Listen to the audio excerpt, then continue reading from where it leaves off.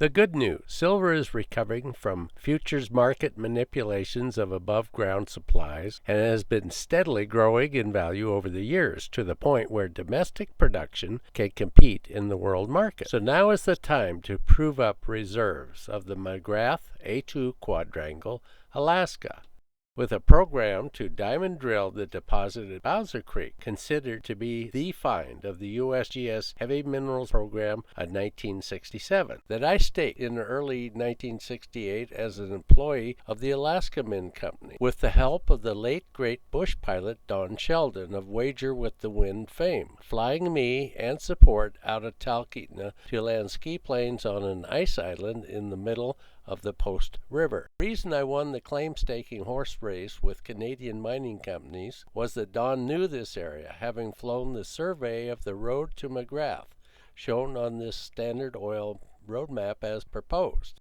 that has yet to be funded, though the Parks Highway leading to Fairbanks was built to support a much enlarged Denali National Park and preserve and foreign cruise ship owned wilderness lodges. I have done my bit in changing the face of the 2% of the state of Alaska altered by man by running this camp in 1968 for the Homestake Mining of Canada, who funded much of the summer's program. The claim holders in control had an attitude that any offer made on their very exclusive hunting camp was not enough, and they lost title by not performing assessment work requirements. When I acquired the ground under state of Alaska rules, all that was affordable was handwork to extend the runway, a grandfathered in 5,000 feet, and hand trenching to expand, the most documented surface mineral exposures of just about any prospect going anywhere. Plus a report by Dr. Armstrong identifying a second intrusive and mapping done by the state of Alaska confirming a long speculated cross fault. All of which has led to the point in the developing of the wind claims where a drill program is absolutely needed to take the project any further.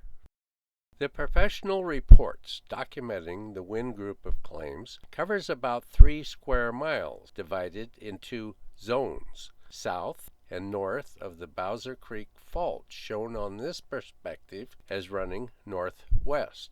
For scale, the yellow dots, center, are mountain tents pitched next to the rock glacier that carved away a ridge, the south zone, of a mountain simply known for its elevation, 6,380.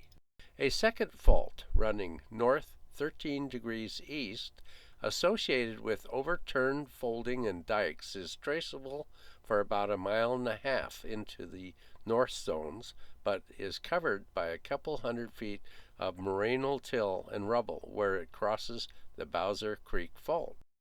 The S1 hotspot is interesting that when the glacier carved its way around this corner, it opened up 400 vertical feet of mineralization, where surface values increase with what should be called depth, exposing the 300-ounce silver mapped by the U.S. Geological Survey in their Discovery Bulletin 559. As some of the prettiest samples recovered on the south zone were taken from a hand-dug trench just in the talus at the bottom of the cliff, impossible to keep open for proper sampling on account of sloughing, it is obvious this exposure is just the tip of an iceberg poking through a sea of talus and glacial debris. A State of Alaska Geological and Geophysical Survey map cross-section suggests the structure continues to a depth many times that of the visible. For scale, the red dot on the moraine at the base of the scree is a mountain tent. The cliff in contact with the felsite dike received the most attention the Homestake Mining funded summer of 1968. Here we were able to drill 3 feet with Atlas Copco hand units so we could blast a sidewalk trench 120 feet across exposed, in-place mineralization. All S1 samples taken for different geologists' records were remarkably consistent. What was argued over was the best size grade for mining, a high-grade adit or much larger but economical open-pit operation, dependent upon developing diamond-drilled reserves. Having climbed up and over the glacier moraine many times, and then a talus slope even to reach the cliff, and catching my breath by breaking open a plain old brown rock piece of float that assayed the same as the cliff face ore, I want to take that gamble to really see what lays below. The S1 zone on strike a mile and a half away of this helicopter support pad near the top of the north zones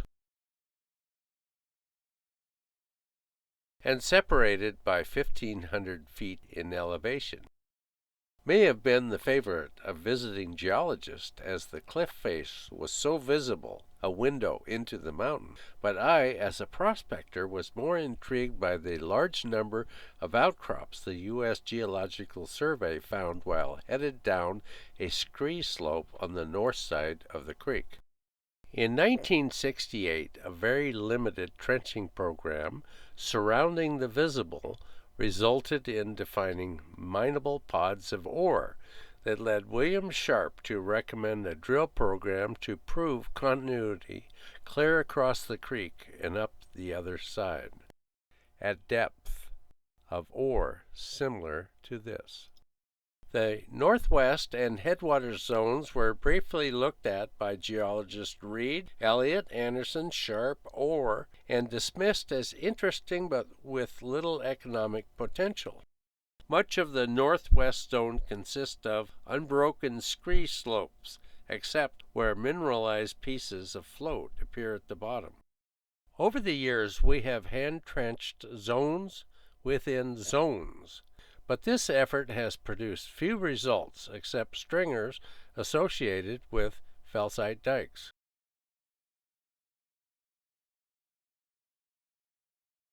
The real potential here lays in explaining the stream sediment values for copper upstream from visible mineral exposures, and the results of atomic absorption assays collected by Dr. Neil Campbell for Humble Oil and Refining of up to 2.80% copper.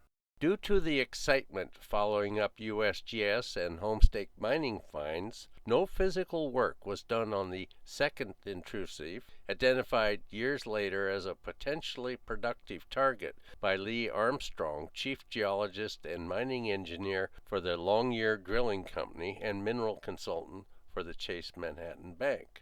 Having helped Dr. Armstrong map a deposit in Nevada in the 1960s, when he suggested, after viewing this picture, exploratory trenches across the mineralized staining on the dome, I listened.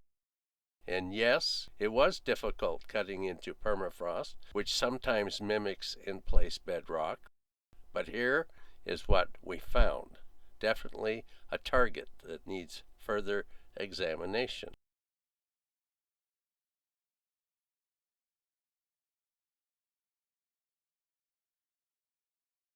The headwater cliffs are the least documented of all the zones, with only one report by the state of Alaska accompanying a geological map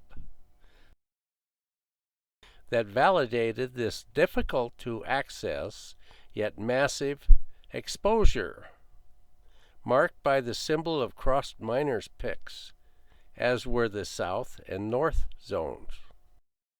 And assays supporting my own for silver, zinc, and lead, and adding that there very well could be economic gold, platinum, cadmium, and copper values, contained in the in-place stained material that measures 324 feet across times 82 foot wide of 1/2 of 60 feet elevation on a 45-degree slope.